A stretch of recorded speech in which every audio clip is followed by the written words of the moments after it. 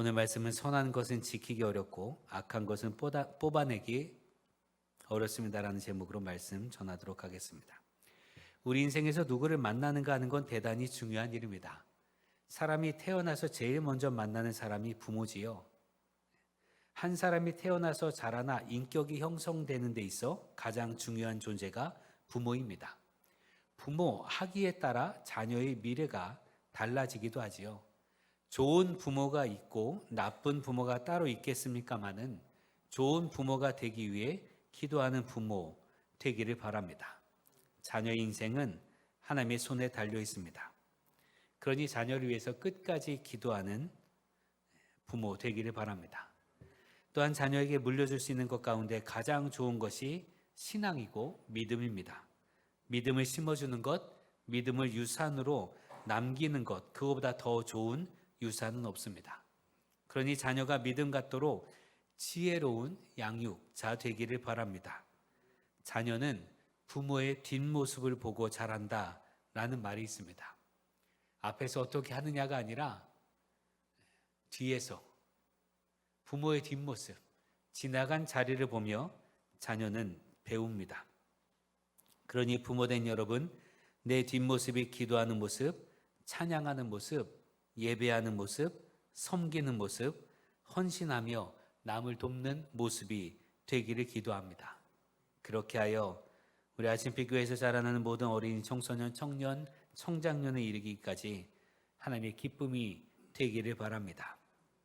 부모가 부모의 자리에서 그렇게 할 때 자녀는 부모 공경하기를 하나님 공경하듯 해야 합니다. 부모 공경하는 것은 자녀가 땅에서 건강히 장수하며 땅에서 복을 받는 길이다 라고 하나님께서 말씀하셨습니다. 이것이 우리 사람 사이의 관계에서 주는 첫 번째 언약입니다. 부모를 공경하는 자녀를 하나님께서 책임져 주십니다. 부모에게 잘하면 하나님께서 30배, 60배, 100배로 갚아주십니다. 그러니 그냥 단순 계산적으로 내가 잘 살고 싶다면, 내가 부자 되고 싶다면, 내가 건강히 살고 싶다면, 내가 행복하고 싶다면 자녀들이여 부모를 공경하십시오. 그럼 하나님께서 그에 대한 복을 반드시 부어주실 줄로 믿습니다. 하나님께서 하늘을 열어 물질로도 건강으로도 관계로도 모든 복을 내려주실 것입니다. 부모는 우리가 선택할 수 없지만 우리가 살아가면서 그 외의 만남들은 우리가 선택할 수 있습니다. 그 만남들 가운데 가장 중요한 만남이 예수님, 주님과의 만남일 것입니다. 그 만남은 우리가 선택할 수 있습니다. 인생의 가장 중요한 만남이 예수님을 만나는 것인데 그 만남은 내가 선택할 수 있어요. 그러나 주님과 만나긴 하지만 그 현장에서 구경꾼이 될 수도 있고 그 현장에서 기적의 주인공이 될 수도 있습니다. 만일 구경꾼으로만 있다면 주님의 기적은 내 삶에 의미가 없는 것이 되고요. 주님을 만났으나 그 만남이 나에게 그다지 중요한 것도 아니고 내 인생을 바꾸는 일도 아닌 것이 됩니다. 여러분 성경에 보면 예수님이 계시는 곳에 늘 있었던 사람들이 있습니다. 누가 있었을까요? 제자들 주님과 늘 함께 있을 거고 그 다음에 성경에 보면 표현되는 단어가 무리들, 군중들이라고 합니다. 그러니까 무리, 군중은 특정한 사람들은 아니죠. 그냥 모인 사람들을 말하는 거니까. 그리고 주님이 가신 곳에 꼭 있었던 사람들이 바리새인, 사두개인, 서기관들입니다. 가장 많이 주님을 따라다녔던 사람들, 그의 말씀을 들었던 사람들은 바리새인이고 바리새인의 서기관이고 사두개인들입니다. 그러나 그들이 어떻게 했습니까? 주님을 가장 많이 만났고 주님을 따라다녔는데 주님을 앞장서서 반대하고 주님을 십자가의 죽음으로 내몰았습니다. 왜 그랬을까요? 구경꾼이었기 때문에 그렇습니다. 심판자로 있었기 때문에 그렇습니다. 예수님을 만났는데 예수님께서 기적을 행하셨잖아요. 그럼 그 기적을 보고 오 놀랍다고 하나님을 찬양해야 될 텐데 바리새인과 서기관들이 한 일은 그 기적을 보고 찬양한 것이 아니라 그 기적을 안식일에 행했느냐 행하지 않았느냐 그 기적이 하나님의 율법에 어긋나냐 어긋나지 않느냐, 예수께서 하시는 말씀이 주님의 가르침과 같으냐 다르냐, 이렇게 심판함에 있었단 말이지요. 그러니까 교회에서 예배를 드릴 때 예배 드리는 모든 것 하나님께 예배를 드리는 건데, 예배 드리면서 심판하는 거 있잖아요. 아, 이건 좀 그래. 아, 찬양이 오늘은 별로였는데, 혹은 찬양이 오늘은 좋았는데, 사람들이 왜 저러지? 혹은 설교가 오늘은 좋은데 설교가 오늘은 덜한데, 오늘 목사님 말이 좀 빠른데, 혹은 느린데, 이렇게 심판하고 평가하는 자리에 서 있으면 은혜를 받을 수가 없지요. 그 예배를 드리는 게 아니라 예배를 방관하는 겁니다. 관람하는 거지요. 관람하면 진리를 알 수가 없습니다. 관람하면 참된 진리를 깨달을 수가 없습니다. 그러나 주님을 만났던 사람들 가운데 기적의 주인공이 됐던 사람들도 있습니다. 세리장이었던 삭개오는 주님을 만나기 위해서 노력합니다. 주님을 만나기 위해서 사람들보다 앞서 달려나갔고요. 돌무화과 나무 위에 올라가는 수고를 아끼지 않았습니다. 시각장애인이었던 바디메오는 군중의 맨 뒷자리에서 주님을 부르짖었습니다. 맨 뒤에서부터 계속 주님을 부르짖은 거예요. 앞에 있는 주님이 들을 수 있도록 말이지요. 그러하여서 그들이 주님을 만났더니 그들의 인생이 바뀝니다. 삭개오는 자신이 가진 재산을 팔아서 가난한 사람들에게 나눠줬습니다. 그동안 자신이 잘못했던 것, 토색한 것 있으면 4배나 갚는 새로운 인생이 되었어요. 바디메오는 주님의 제자가 되었습니다. 이는 전적인 하나님의 일하심이지요. 전적인 하나님의 일하심을 체험하고자 한다면 여러분, 방관자, 구경꾼 혹은 심판자, 관람자로 있지 마시고 그 기적의 주인공이 되길 주의 이름으로 축원합니다. 어떻게 해야 기적의 주인공이 됩니까? 사도행전에서 보여집니다. 주님의 성령이 임하신 뒤에 제자들은 날마다 성전에 모이기를 힘썼고 함께 모여 교제하며 떡을 떼었고 함께 먹고 하나님을 찬양하며 함께 예배했습니다. 이런 모습들을 사람들이 칭찬했습니다. 사도행전 2장 40절 41절을 보면 날마다 마음을 같이하여 성전에 모이기를 힘쓰고 집에서 떡을 떼며 기쁨과 순전한 마음으로 음식을 먹고 하나님을 찬미하며 또 온 백성에게 칭송을 받으니 주께서 구원받는 사람을 날마다 더하게 하시니라. 사람들이 말이지요, 날마다 마음을 같이 했어요. 마음을 모아서 성전에 모이기를 힘썼고요. 성전에 모여서 뭐 했겠습니까? 찬양하며 예배했습니다. 그리고 집에서 떡을 떼며 기쁨과 순전한 마음으로 음식을 먹었습니다. 그러니 각각의 삶의 터전에서 서로를 돌봤어요. 서로 잔치했습니다. 자기 집에 초대해서 먹을 것을 먹고 또 그런 관계들, 사랑의 관계를 보여주었단 말이지요. 그랬더니 백성들이 칭송합니다. 백성들이 부러워합니다. 지금 이 시대에 사람들이 안타까워하며 속상해하는 게 뭐겠습니까? 공동체가 사라진 거 아니겠습니까? 사랑의 공동체가 사라진 것. 그런데 그 사람들이 보니 그리스도인들은 사랑하더라 이거예요. 예수 믿는 사람들은 자꾸 모이고 뭐가 좋은지 자꾸 모이고 그리고 자꾸 행복해하고 찬양하고 기뻐하고 그 모습이 보이더라 이것이요. 그래서 사람들이 부러워합니다. 부러워했을 뿐만 아니라 그 모임에 참여하려고 합니다. 여러분, 마음을 같이 하고 성전에 모이기를 힘쓰고 떡을 떼고 기쁨과 순전한 마음으로 음식을 먹고 하나님을 찬미하는 것, 이것이 우리가 믿음의 현장에 주인공이 되는 길임을 믿으시기 바랍니다. 부활 승천하신 주님 우리가 어떻게 만날 수 있는가?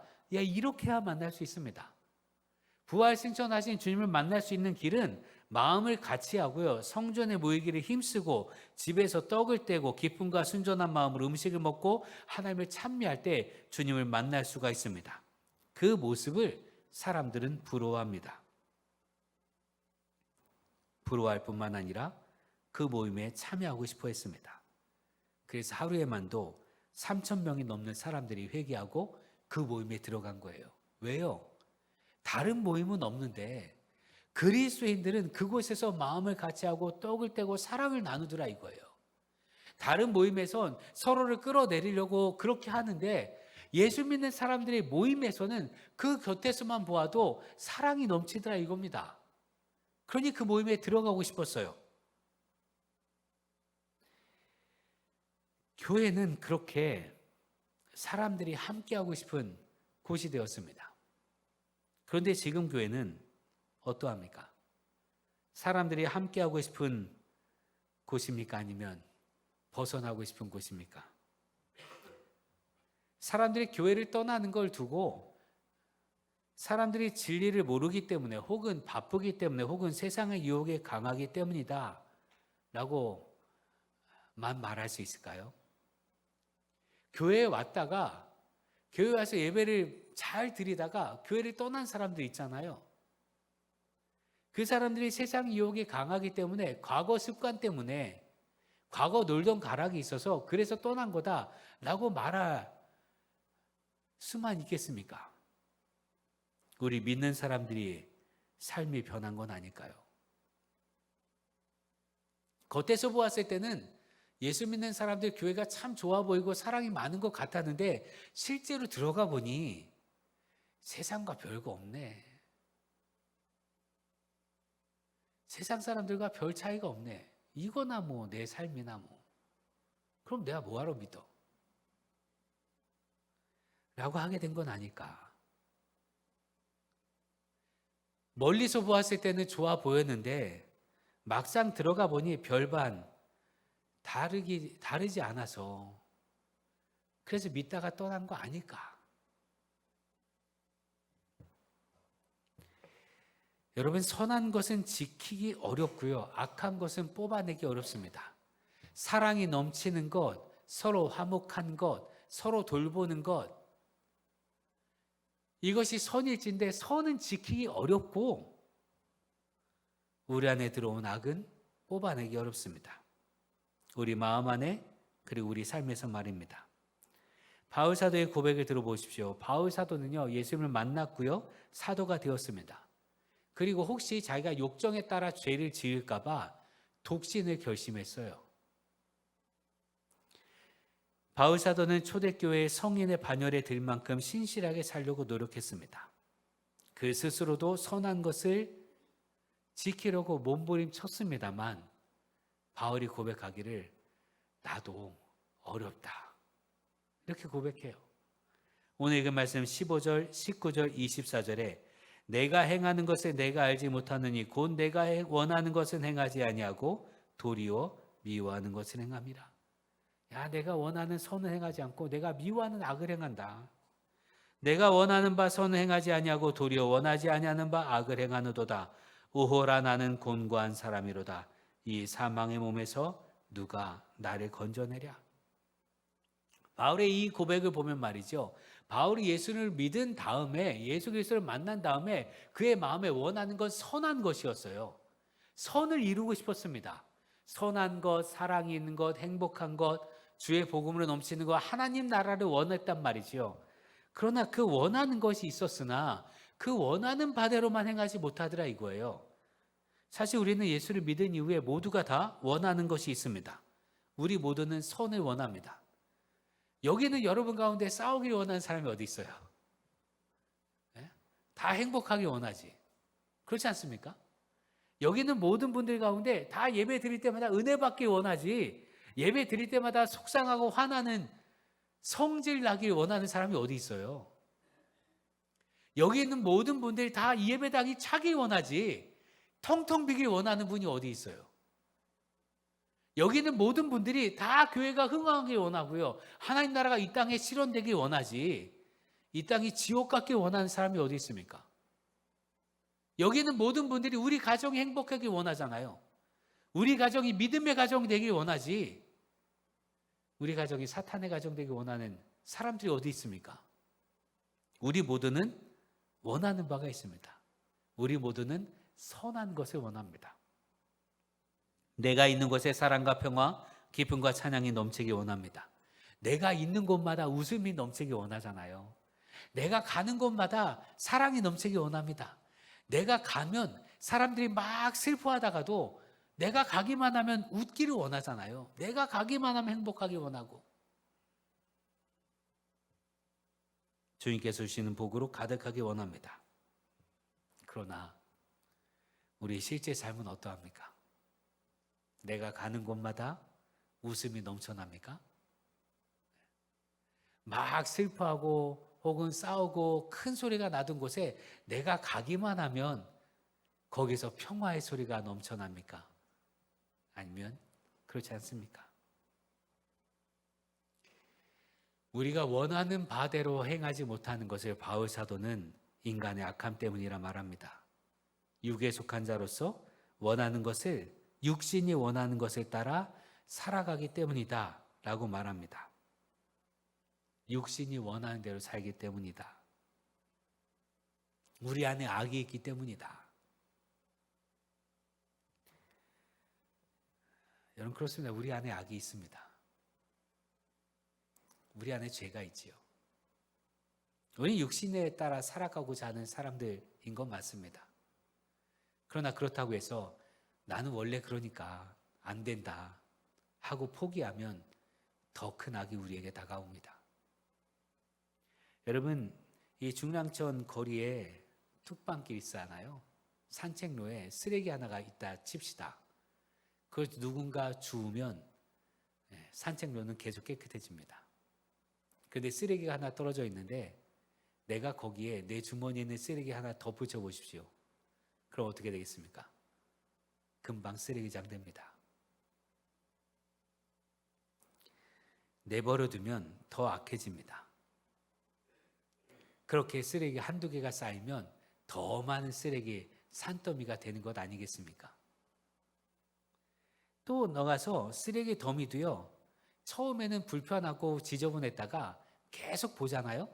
그럼 눈에 익숙하잖아요? 그러면 그게 지저분하지 않아요. 별반 달라지지 않습니다. 제 사무실의 책상을 보면 굉장히 너저분합니다. 지저분해요. 막 이것저것 쌓아놓고 책도 그냥 놓고 보던 서류도 그대로 놔두고. 제 친구 목회자가 오면 야, 책상 좀 치워라. 이게 뭐냐? 라고 맨날 타박을 듣는데 저는 안 불편합니다. 저는 지저분하다고 생각하지 않아요. 늘 보기 때문에 그렇습니다. 늘 보고 늘 눈에 익숙하니까 말이지요. 우리 교회 예배실은 지하에 있습니다. 이 지하 예배실을 관리하기는 참 어렵습니다. 그냥 손대지 않으면 쾌쾌한 냄새가 나고요. 곰팡이가 필 수도 있고요. 이 지하 예배실을 잘 정돈하기 위해선 환기도 잘 시켜야 되고요. 쓸고 닦고 해야 되고요. 하나 어디 무너진 건 없는지, 불이 어디 등이 하나 나간 건 없는지 살펴보고 그렇게 해야 됩니다. 그리고 매주 토요일마다 교회 예배실을 청소합니다. 그렇게 청소하는 교인들의 헌신 때문에 우리가 깨끗한 예배당에서 예배드릴 수 있는 거예요. 모두가 깨끗한 예배실을 원하지만 헌신이 없다면, 헌신하는 사람이 없다면 깨끗한 예배당은 있을 수가 없습니다. 헌신이 없다면 그거는 불가능한 일입니다. 또 헌신은 사랑해야만 헌신합니다. 부모가 자녀를 사랑하기 때문에 수고를 아끼지 않는 것처럼 말입니다. 여러분, 오늘 읽은 로마서의 말씀을 바울 사도도 마음에 원하는 선을 행하지 못하고 육신을 따라서 악을 따랐는데, 바울도 그랬는데 나는 더하지. 내가 악을 따르는 거 너무나 자연스럽지, 너무나 당연하지, 나는 원래 안 돼 라고 읽는다면 우리에게는 소망이 없습니다. 어차피 나는 악하니까, 어차피 내 안에 죄가 있으니까 하면서 포기하면 더 큰 악이 우리에게 찾아오고 우리는 더 큰 악 속에 헤맬 수밖에 없습니다. 예수께서 말씀하셨습니다.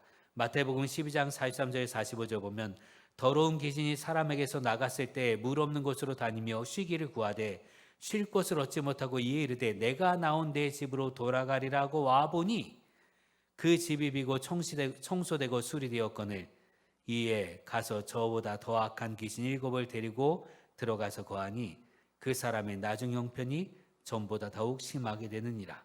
이 악한 세대가 또한 이렇게 되리라. 악하다고 포기하면 더 악한 것이 나타납니다. 한번 치웠다고 그냥 넋놓고 있으면 또 다른 악이 우리에게 찾아옵니다.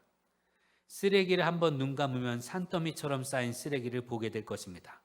우리 마음과 삶도 마찬가지입니다. 깨끗한 것, 선한 것, 이루기도 어렵지만 지켜내기란 더욱 어렵습니다. 반대로 악한 것은 쉽게 넘어가기도 하지만 뽑아버리기란 참으로 어렵습니다.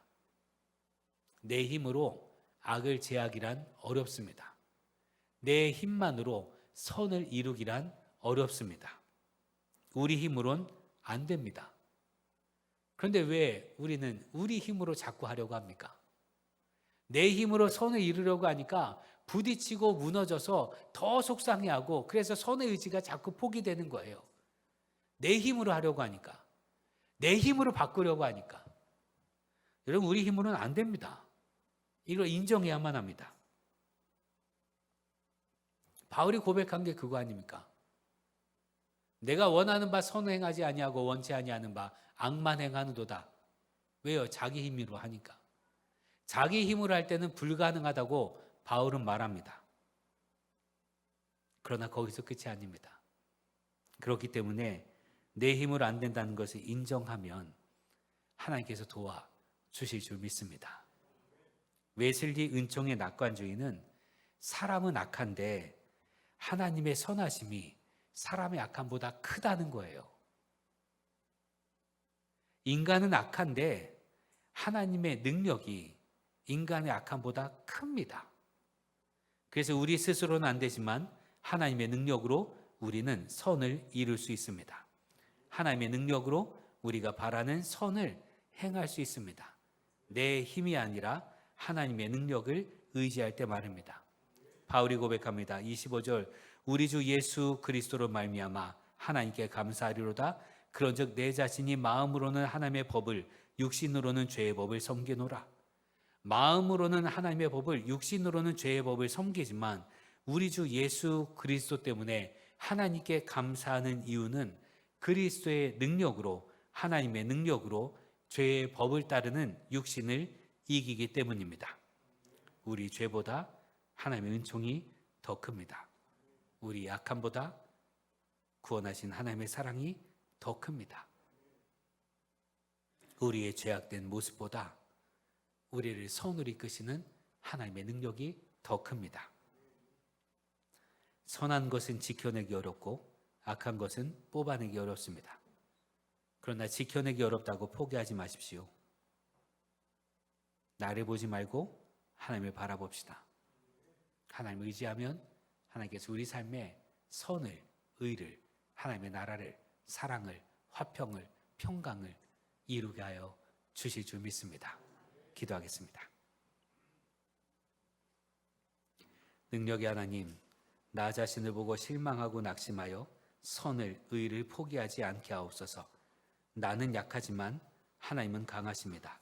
나는 유혹에 쉽게 넘어가지만 주의 십자가를 바라보면 떨쳐낼 수 있음을 믿습니다. 악한 것을 떨쳐내기 어렵고 선한 것을 지켜내기 어렵지만 주님이 함께 하시면 이를 이룰 수 있음을 믿습니다.